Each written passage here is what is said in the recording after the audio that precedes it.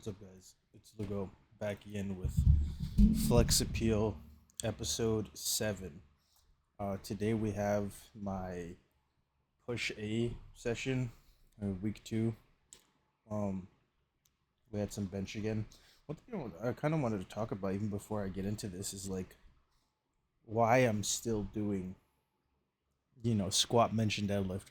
Because I had this revelation of, when I was off that I was like, when I come back, I'm not gonna do squat, bench, deadlift. I'm gonna do bodybuilding. I'm gonna train optimally for hypertrophy, and it's something that I thought about quite a lot from then until now, and then I've thought about before when I've been in these bodybuilding phases where I'm chasing hypertrophy.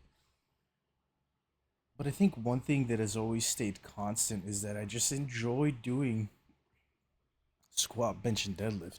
And I think for a long time I kind of let the fitness industry noise get into my head about, well, squat, bench, and deadlift are not optimal, and if you're not training powerlifting, then there's no reason that you need to train them, because you could do the same thing with Smith bench, and you could get bigger pecs with bench.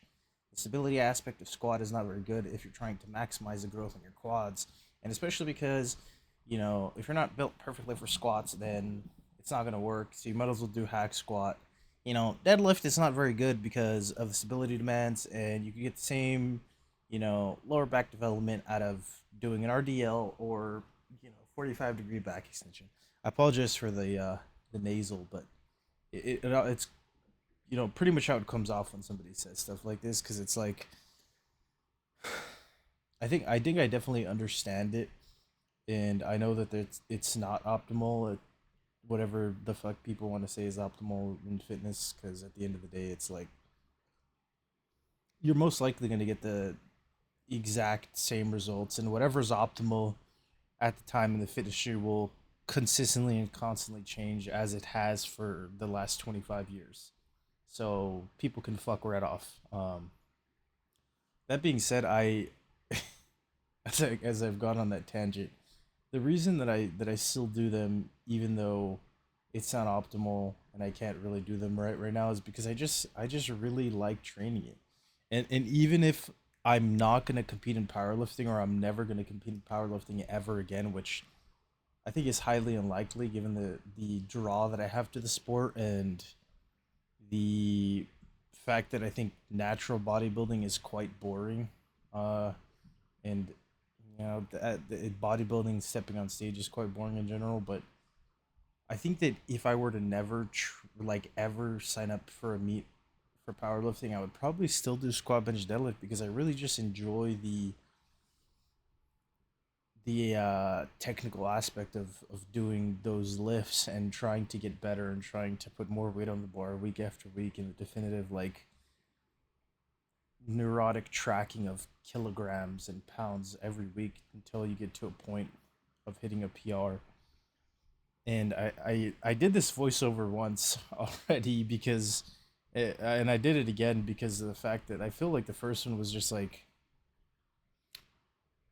I just had this somber feeling, and I felt like the whole voiceover was just boring and just me just complaining. And as much as it's hard coming back and doing this again, it's like, like, it definitely, it's always going to be my fault, but it's like, man, I think that there's something to be said about coming back and just fucking complaining and just bitching. And it's like, bro, you can at least be happy while you're doing this, and having a real second chance to do this, because there's people that don't, you know, and here I go with the stereotypes, the stereotypes again, where it's like, oh, not everybody gets a second chance, and you're glad that you should be glad that you got the opportunity to, because it's gonna happen. And it's like, yeah, I understand that, but I'm just learning to be grateful every time I step in the gym, because as corny as it is true.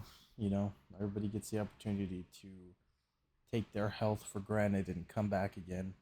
So, just stepping in here, doing my best.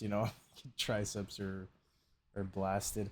I really wanted to try to do stairmaster at the end of the workout today. I had some cardio in. I did like 4 minutes and my quads were toasted, so I was like, it's probably better that I don't.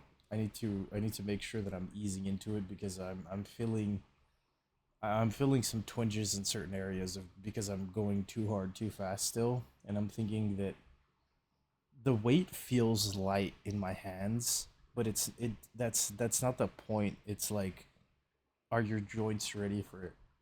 You know, is your muscle ready for it? You might mentally be ready for it. Your CNS might be ready for it, but your actual joints are they're gonna be the limiting factor for me at this point in how fast I can get strong because I know that I can do more already, but it's just about pacing, and that's really what strength is about, is just pacing yourself, making sure that you're not going for something that you might have right now, but it's not the time to hit it yet. That's just perfectly encapsulates what strength training is, to me at least. But you know, given that entire rent, I just had fuck.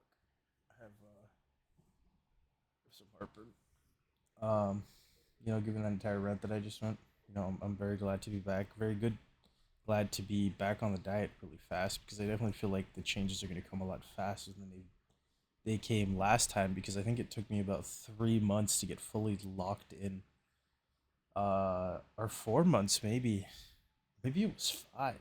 I think it was four. I think I was only doing it for 6 months, but it was like half the time I was just eating bad. But I'm like locked in right now. Eating good foods, good healthy foods that my gut agrees with, and making sure that I'm eating a good amount of protein already. So I'm excited to see the changes that are going to come fast. It's pretty much the end of the video, guys. If you enjoyed, please consider leaving a like, comment, subscribe, and I'll see you tomorrow for day 8 and my pull B session. Thanks for watching.